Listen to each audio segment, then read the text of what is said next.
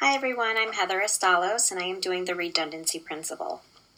As most of us may know or have seen, PowerPoint slides with so much stuff on them that we can't even think straight or even focus on what is being learned.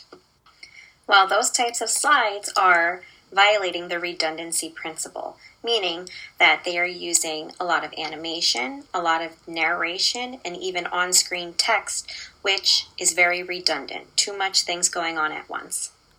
Like this one that has way too many words on this slide. Who can concentrate on this, or at least read this? Or how about this slide that I just made for fun, entitled All About Cats? It has numerous graphics on there with pictures of cats. It also has some captions saying funny things about the cats, all while narration is being told and said to the person who is viewing this slide. Obviously, it's way too much going on at once. The type of slides or even presentations that we would want to see would want to have more of just animation plus narration. That way we can understand and focus and visualize what is being told to us so that we can learn and understand it effectively.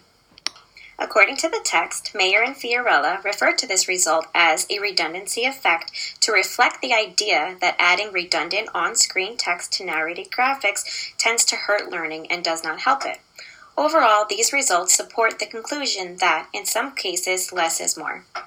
To give you an idea of what a PowerPoint slide with too many things that violates the redundancy principle looks like, take a look at this.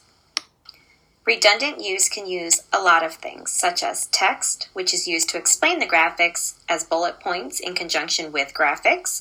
It could be used with visuals, such as text and graphics. It could just be graphics alone in the form of graphs, pictures, or even illustrations. It could also have narration on the slide that reads the text to reinforce the graphic, which you have to listen to, and that creates overload, or also known as death by PowerPoint. I'm guessing you're probably already confused with me just saying those words and you looking at this PowerPoint slide. That's what it means to be redundant, and that's what you do not want when you're trying to get your point across to your students or to anyone that you're trying to teach something to. If you take a look at this slide, you will see a graphic of a polar bear. You'll also see captions showing the fur and the paws.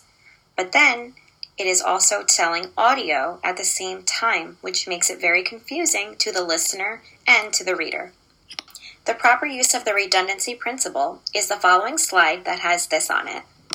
The proper use of the redundancy principle is using text with narration or graphics with narration.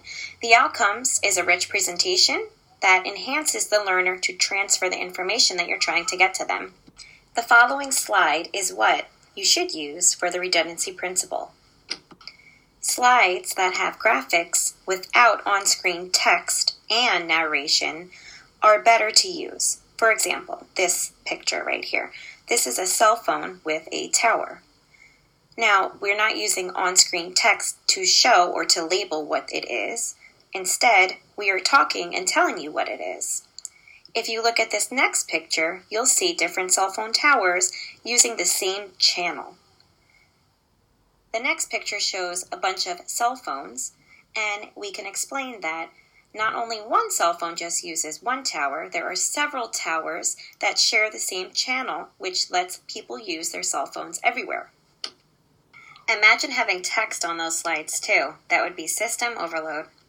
According to Clark and Mayer, presumably, students can learn more deeply when they have to make sure the two verbal streams, which is the shortened printed caption and the full narration, have the same meaning, which the authors call a desirable difficulty. Importantly, consistent with the redundancy principle. Adding full printed text that was identical to the narration did not help learning. If you take a look at this photo that I took from Chapter 7, you'll see that there is audio that is being said. You can see it in that box right there. There are words that are being labeled, but there are not sentences. They are single, maybe 2 words the most, and a graphic. Mayer and Johnson's results can be extended to a situation in which more printed words are added and the lesson is slow-paced, meaning that it is under 500 words of narration in under 4 minutes. So if it looks like this, it could happen and it could be okay, but it needs to be slow-paced so that the learning can happen.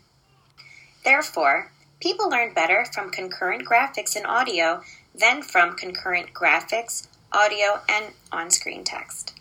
This photo, taken from page 144, has two graphics. Now, the graphic on the left has subtitles, which is showing and explaining what that person is doing. On the right, it doesn't have subtitles, just the picture. Now, the graphic on the left with the subtitles might be good for non-native speakers or learners with very low prior knowledge. This helps them understand what is going on in that graphic instead of having to guess. These two photos that I showed you from the book could be okay and could violate the redundancy principle, but like I said earlier, it must be slow-paced so that the learner can really understand it. In conclusion, I hope that you got a feel for what the redundancy principle is and what a redundant PowerPoint slide or presentation would look like and what a non-redundant PowerPoint slide or presentation would look like. Remember, you want to make it non-redundant so that your learner can focus and really know what they're learning without being confused or overwhelmed.